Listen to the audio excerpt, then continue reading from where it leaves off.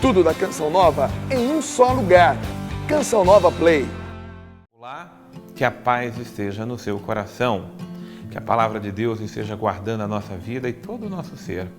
Vamos hoje meditar a palavra de Deus que vem a nós através do profeta Samuel, a qual nós queremos concluir hoje a leitura nos capítulos 30 e 31 do primeiro livro de Samuel. Por isso nós nos colocamos agora na presença do Senhor nosso Deus, invocando o seu santo nome, invocando a sua proteção, invocando a sua graça, invocando a sua bênção, invocando o seu amor sobre nós. Pedindo que o Senhor venha em nosso socorro, pedindo que o Senhor venha em nosso auxílio, pedindo que a sua graça venha nos proteger, nos abençoar e nos iluminar. Venha, Senhor, em nosso socorro, venha, Senhor, em nosso auxílio, venha, Senhor, nos proteger e nos livrar de todo mal. Dai-nos tua bênção, tua graça e a tua proteção, em nome do Pai, e do Filho, e do Espírito Santo. Amém. Nós vamos nos colocar na presença do Senhor, nosso Deus, pedindo que a sua graça possa agora iluminar os nossos passos e guiar nossos caminhos. Vamos meditar então o primeiro livro de Samuel, capítulo 30 e também capítulo número 31, para nós concluirmos a leitura desse livro sagrado. Muito bem. A primeira parte do capítulo 30 nos diz que no terceiro dia, Davi e seus homens chegaram a Cissileg, e Amaleque tinha feito uma incursão no Neguebe de Judá, em Cissileg, devastando e incendiando a cidade. Tinham tomado mulheres e todos os que ali achavam, desde o menor até o maior. Ao chegar à cidade, Davi e seus homens encontraram a cidade incendiada, e suas mulheres e seus filhos e filhas levados cativos. Davi e os que estavam com ele ergueram suas vozes e choraram até lhes faltarem lágrimas. Também as duas mulheres de Davi, Aquinoã de Jezreel e Abigail, mulher de Nabal de Carmel, tinham sido levadas cativas. Veja que campanha forte foi esta. Davi então caiu em profunda amargura, em profunda depressão. Os seus queriam apedrejá-lo, pois todos estavam amargurados por causa da perda de seus filhos e filhas. Mas Davi reconfortou-se no Senhor seu Deus e disse ao sacerdote Abiatar, filho de Aquimeleque: traze-me o efode. E Abiatar trouxe o efode e Davi consultou o Senhor. Devo perseguir esses bandidos? Irei alcançá-los ou não? Disse-lhes ele: persegue-os. Sem dúvida irás alcançá-los e libertarás os cativos. Ora, ainda que em profunda desgraça, ainda que no momento muito tenebroso da história do povo de Deus, essa campanha contra os amalecitas, ainda que vivendo uma angústia muito profunda, o mais importante é que Davi voltou-se para o Senhor. Davi voltou a consultar o Senhor. Davi voltou-se para a presença do Senhor e deixou que Deus continuasse a guiar e a instruir o seu coração. O mais importante para nós todos é deixar-nos instruir pelo Senhor, guiar pelo Senhor e direcionar pelo Senhor. Deixar que o Senhor conduza, dirija e ilumine os nossos passos. E é isso que aconteceu. Partiu então Davi com 600 homens que estavam com ele e chegaram à torrente de Besor, e os que estavam exaustos ficaram ali mesmo. Enquanto 400 homens seguiam Davi, 200 ficaram ali, pois estavam exaustos os demais para atravessar a torrente de Besor. O versículo 18 diz para nós: Davi recuperou tudo quanto os amalecitas haviam tomado, também suas duas esposas. Do menor ao maior, de filhos e filhas, ninguém faltou, nem objeto algum do espólio que tinha sido levado. Davi reconduziu tudo de volta. Tomou todas as ovelhas e o gado, conduzindo esses animais ia gritando: Eis a presa de guerra de Davi. Agora, lá no versículo 23, Davi disse: não façais assim, meus irmãos, com aquilo que o Senhor nos deu, depois de nos ter protegido e ter entregue em nossas mãos o bando que nos havia atacado. Quem nos daria razão nessa matéria? Por isso o versículo 26 ainda menciona: chegando a Ciceleg, Davi enviou parte do espólio aos anciãos de Judá, seus amigos, dizendo: recebei como homenagem a vós uma parte do espólio dos inimigos do Senhor. Então, Davi voltou agora a combater, Davi voltou agora a ser o homem do Senhor, porque havia se afastado e voltado-se para os filisteus. Entre os filisteus, Davi foi reconhecido como um homem que não era do meio deles, mas Davi era um homem de Deus. Por isso agora ele acampa essa campanha contra os amalecitas. O capítulo 31 nos diz que os filisteus, entretanto, atacaram Israel. Os israelitas fugiram dos filisteus e caíram feridos no monte de Gilboé. Os filisteus investiram contra Saul e seus filhos, matando Jonatas, Abinadab e Melquissuá, que eram os filhos de Saul. Todo o peso do combate caiu sobre Saul. Os atiradores de arco descobriram e o feriram gravemente com suas flechas. Então Saul disse ao escudeiro: desembainha a tua espada e mata-me, que não venham esses incircuncisos e me transpassem, escarnecendo-se de mim. Mas o escudeiro não quis fazer, pois estava tomado de grande terror. Então Saul tomou a espada, lançou-se sobre ela. O escudeiro, vendo que Saul estava morto, tomou também sua espada, lançou-se sobre ela, morrendo com ele. Assim morreram naquele dia Saul, seus 3 filhos, seu escudeiro e todos os homens.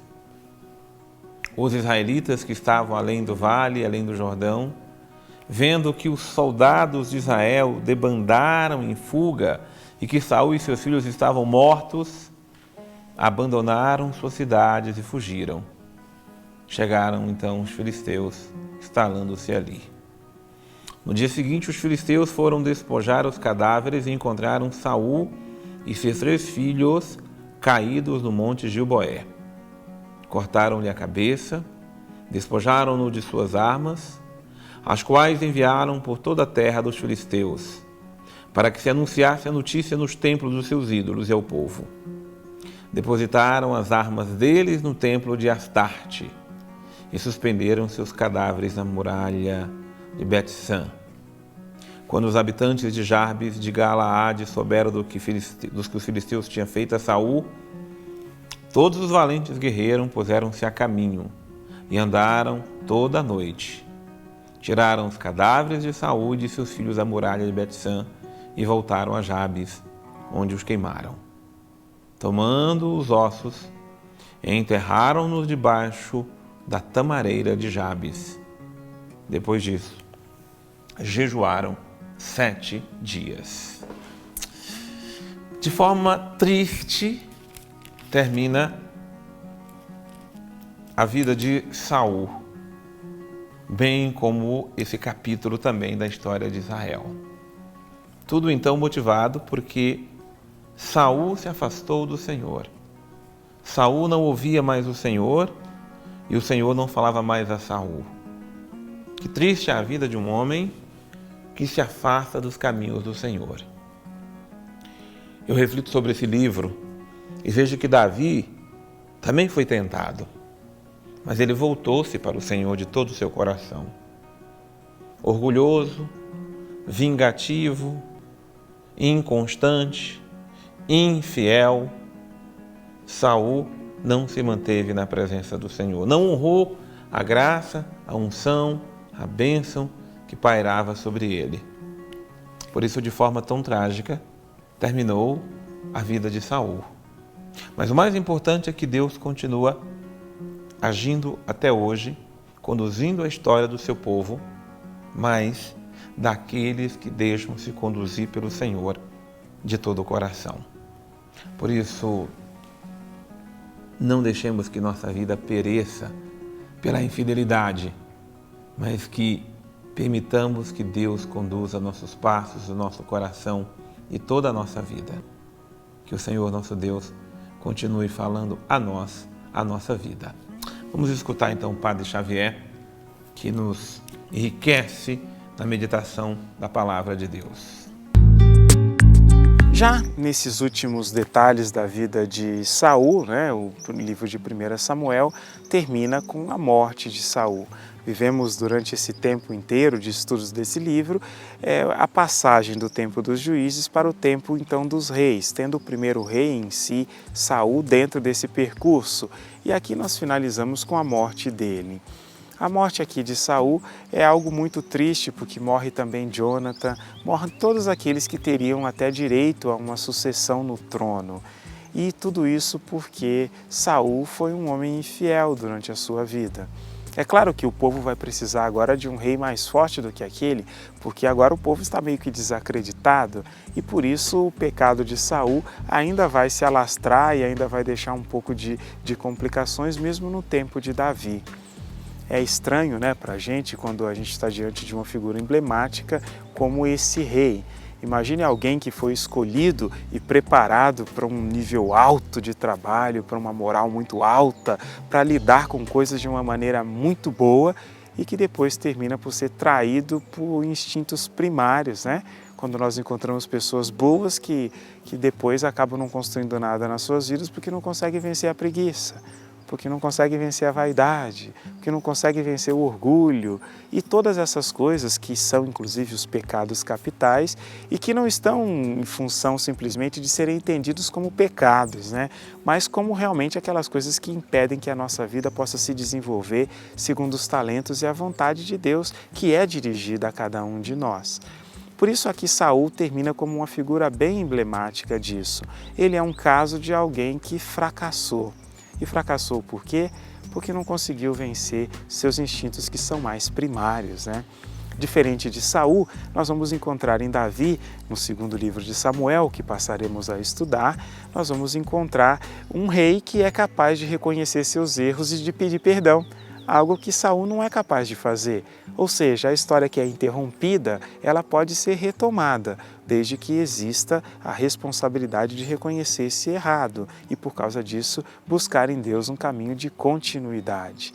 Mas Saul não foi assim e, por causa disso, o que foi contínuo depois das suas duas primeiras batalhas foram os seus erros. E, no final das contas, quem é apegado demais à sua própria posição e nunca faz revisão de vida, nunca faz exame de consciência, corre o risco de desembocar no mesmo problema. E é por isso que Deus sempre nos convida a sempre revermos a nossa vida à luz da sua vontade. Fala, Senhor, ao nosso coração. Fala, Senhor, à nossa vida.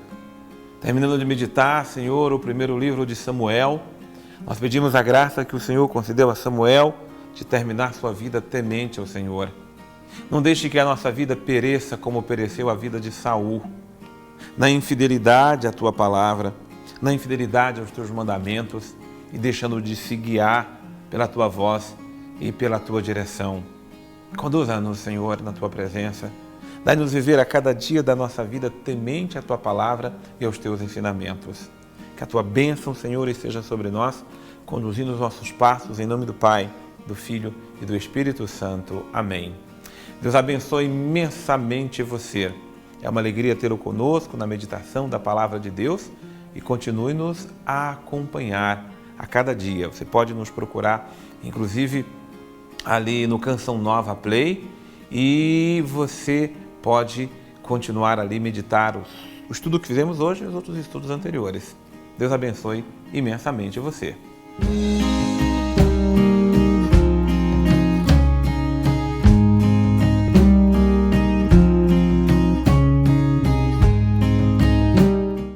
Tudo da Canção Nova em um só lugar. Canção Nova Play.